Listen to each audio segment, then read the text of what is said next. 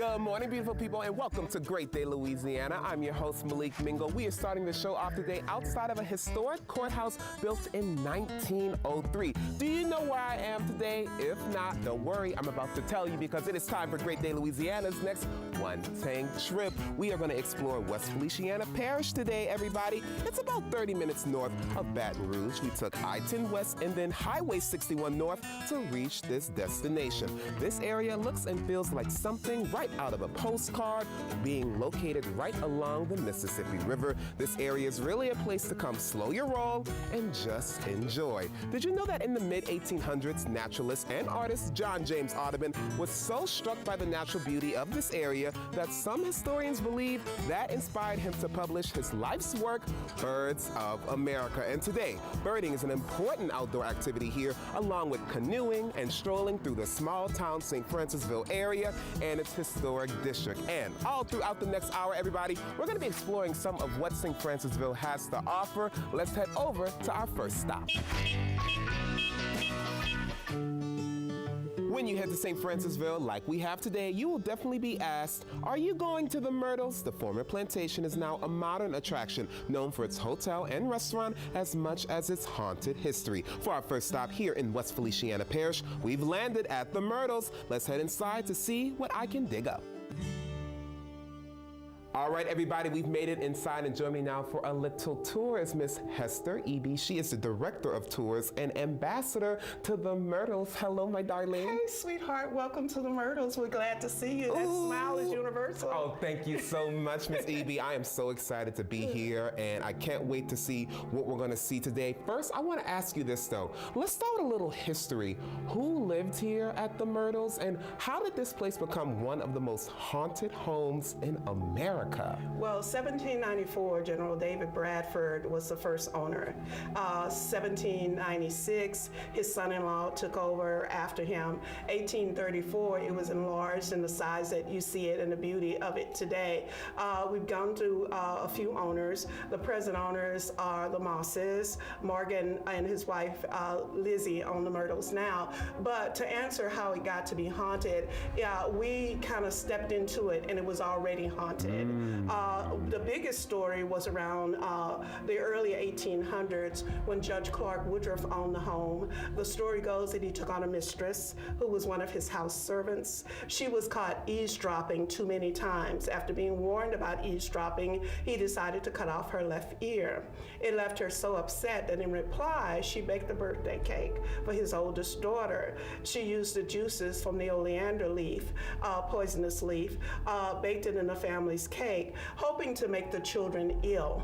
Having been a nanny over them for so many years, she wanted to get her household duties back because she was going to be sent to the fields, but it was overdone, and the children and their mother died from the poisoning. She was later hung, and a lot of people tell us that her spirit is still here, and without a doubt, it is still here. That is known as the Legend of Chloe? It's known as the Legend of Chloe, and Chloe's spirit roams the home. She's known to, we are bed and breakfast, so she's known sometimes, we believe it's her, to try and tuck our guests in, and sometimes she succeeds because it's 2 persons per room. So if you get warm, pull your covers back, wake an hour or so later, and both of you are tucked in tightly, that's a little bit of a problem for some guests. And that's what I find so interesting about this place, because when you come to the Myrtles, you can stay here and you can also tour this home. Yes. Right now, we're in one of the first places you get to see when you come on a tour here at the Myrtles. This is called the French Room? Yes, it's called the French bedroom.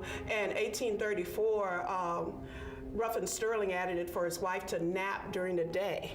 And not have to go upstairs. But they were very superstitious and things were happening even then. So you may notice at the bottom of this chandelier where there are angels, they were to protect the bottom of her room. And at the top in the plaster frieze work, those faces are faces of nuns, and they were to do the same at the very top of the room. They put the keyholes in upside down because they believed it would confuse spirits. They made sure there was a cover for each keyhole. And you notice when we walked in, the main entrance, the French cross is there. Yes. It was known as signs of good luck as well. We and to like keep good away luck, evil. especially in a haunted home, Yes, okay? yes. And when we go through the tour, what are some of the other places we get to see on a tour of the Myrtles? Well, some of this furniture is all 1840s. When we go into the, get a chance to see the parlors, the ladies' parlor and the gentleman's parlor, Italian marble or the fireplaces, coal burning, and at that time that was an extra cost. It was a way of showing wealth.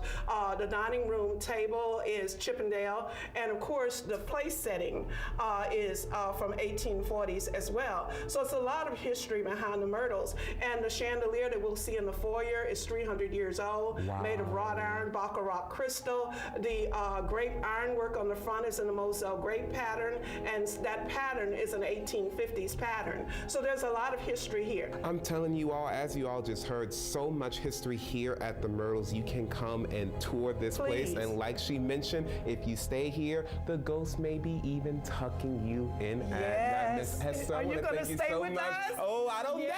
I don't know. I need my holy water. Okay.